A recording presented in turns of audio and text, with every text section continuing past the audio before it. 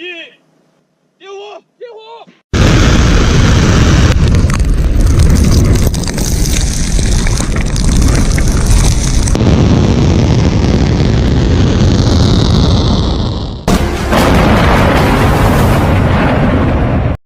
decades, the balance of global military power rested on a simple assumption. Missiles fly fast, but they follow predictable paths. Radar systems could track them, missile defenses could intercept them, and nations built entire shield systems around this idea. Then China revealed a weapon that quietly broke this assumption and rewrote the rules of modern warfare. Its name is DF-17. Short for Dongfeng 17, meaning east wind, this missile is not just another ballistic weapon. It is the world's first operational hypersonic glide missile, and its arrival marked one of the most dramatic shifts in military strategy since the invention of nuclear weapons.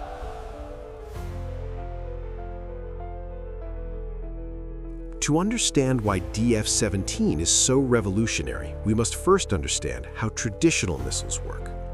A standard ballistic missile is launched high into the atmosphere, sometimes even into space.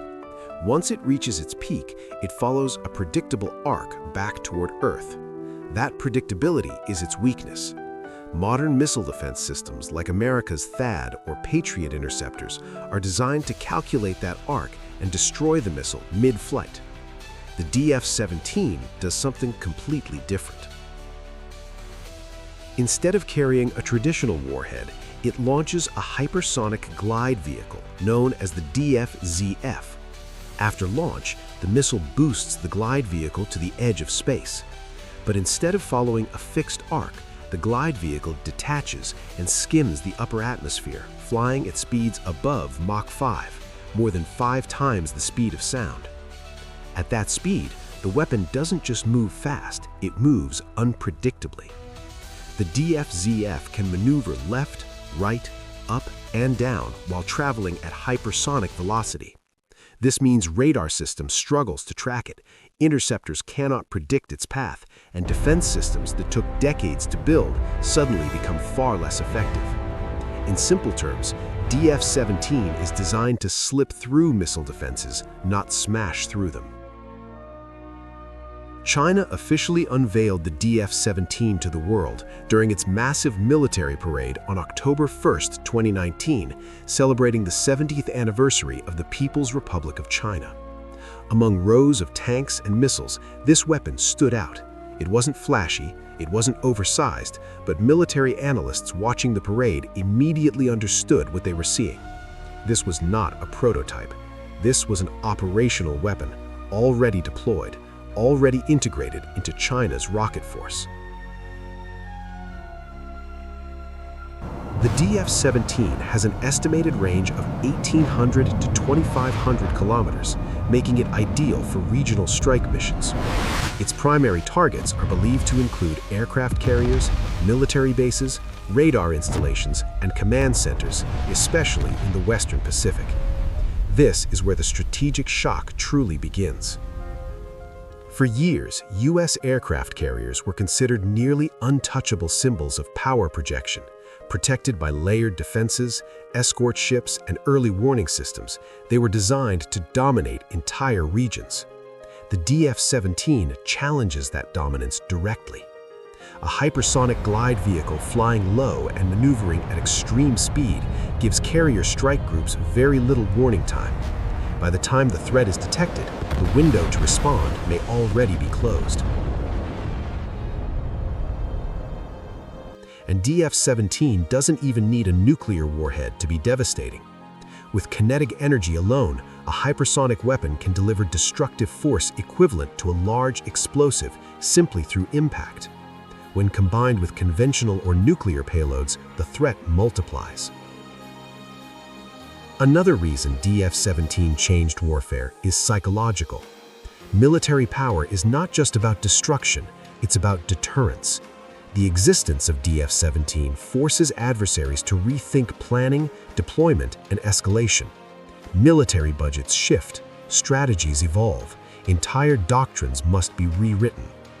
This is why global powers reacted quickly. The United States accelerated its own hypersonic weapons programs.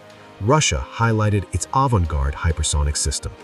Nations realized that the hypersonic age had arrived, and China was already ahead. What makes DF-17 even more concerning is its mobility.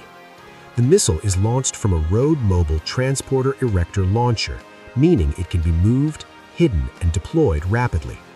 Unlike fixed silos, these mobile platforms are difficult to track and destroy preemptively. In a conflict scenario, DF-17 launchers could relocate constantly, complicating enemy targeting. From a strategic perspective, this enhances China's second strike capability and strengthens deterrence. But DF-17 is not without limitations. Hypersonic glide vehicles experience extreme heat due to air friction, sometimes exceeding thousands of degrees Celsius. Maintaining guidance, communication, and structural integrity at such speeds is an enormous engineering challenge. While China has clearly overcome many of these obstacles, hypersonic weapons are expensive and complex to produce. Still, even limited numbers are enough to change calculations. The true significance of DF-17 lies not in how many exist, but in what it represents. It signals a transition away from predictable warfare towards a future where speed, maneuverability, and uncertainty dominate. Traditional missile defense systems, once considered reliable shields, now face obsolescence unless radically upgraded. And perhaps most importantly, DF-17 shows how warfare is evolving without a single shot being fired. No battle has been fought with DF-17, no city has been struck, yet its mere existence has already altered global military planning, naval deployments, and geopolitical risk assessments. That is power.